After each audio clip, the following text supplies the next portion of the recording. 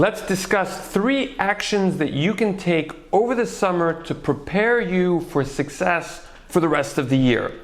Hi, I'm Brice Sokolowski, the founder of CatholicFundraiser.net, a website that's dedicated to helping Catholics with their fundraising. Today, we're going to be talking about what to do in the summer. Summer tends to be a low time in fundraising. You know, we just got out of Lent. At the end of the year is very, very effective. October, November, December. And what often happens is nonprofits, Catholic apostolates, just sit around over the summer and say, well, there's not a lot going on, so let's not do fundraising. Well, here are 3 things that I think will help you fundraise more effectively. Now, before I jump into those 3 things, I just want to make sure that you download absolutely for free the 10 Commandments to Catholic Fundraising. This is a guide that I've written that's been downloaded by thousands and thousands of Catholics to help you move forward with your fundraising over a longer period of time.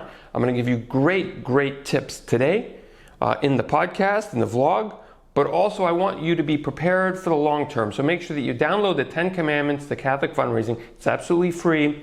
There's 10 steps that I think you should be taking with your fundraising on a regular basis that's really going to help you fundraise more effectively, find more donors, find more donations, but most importantly, be aligned with your Catholic faith, your apostolate's mission. So that's that. Okay, summer review, what to do over the summer with fundraising. Here are 3 things that I think you should or could be doing to help prepare you for the most successful fundraising for the rest of the year. Number 1 is what I call the Ignatian review. We all know about the Ignatian spirituality, where you kind of sit back and you review how you've gone closer to God, how you've gone away from God. I'm not a Ignatian spiritual expert, but I do know this whole concept of sitting back and reflecting and also reading the Gospels is very helpful with life. I think it's also very effective with fundraising, especially when we might insert excuses for why we might not have fundraised as much as we wanted. For example, we just got out of a pandemic.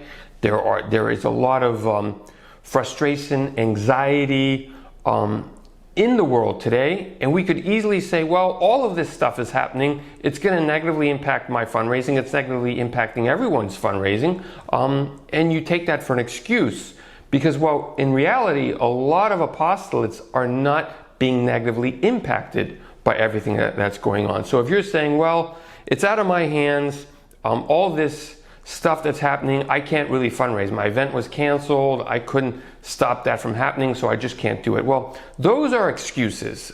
And I'm recommending that you sit back and you think, well, what could I have done differently? How could I have realigned my fundraising so that it might not have been negatively impacted as much as it was? Or how could I what could I have learned from this experience? So that's point number 2. Point number 1. Point number 2 is during this downtime, get organized. So yes, you're probably not going to be doing as much fundraising, active fundraising as the end of the year, which is very intense, but you can get organized and prepare yourself for the end of the year. Review your contacts, review your database, clean it up, make sure that everybody's properly organized, names are written correctly. You might have met some new people. They haven't been included in your system. Just get organized with all your contacts and also maybe review, as I put in number 1, is put all together your appeals, everything that you've been doing. Just get organized. So that's point number 2. And then point number 3 is start planning. Start planning for the rest of the year. Get on paper what you're going to do.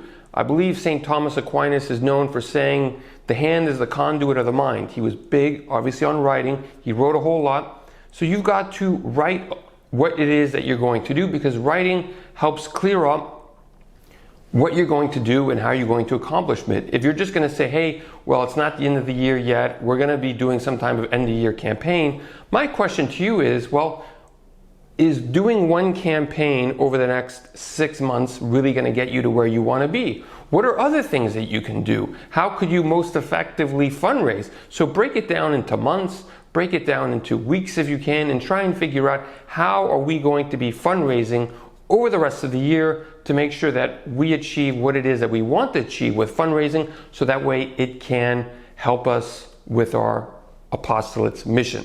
I hope that's been helpful, these 3 tips. Share this with a friend, share this with a Catholic apostolate that you think would benefit from it. Reach out to me either on my website or on social media. I'd be happy to answer your questions. God love you, and speak to you next week. Bye-bye.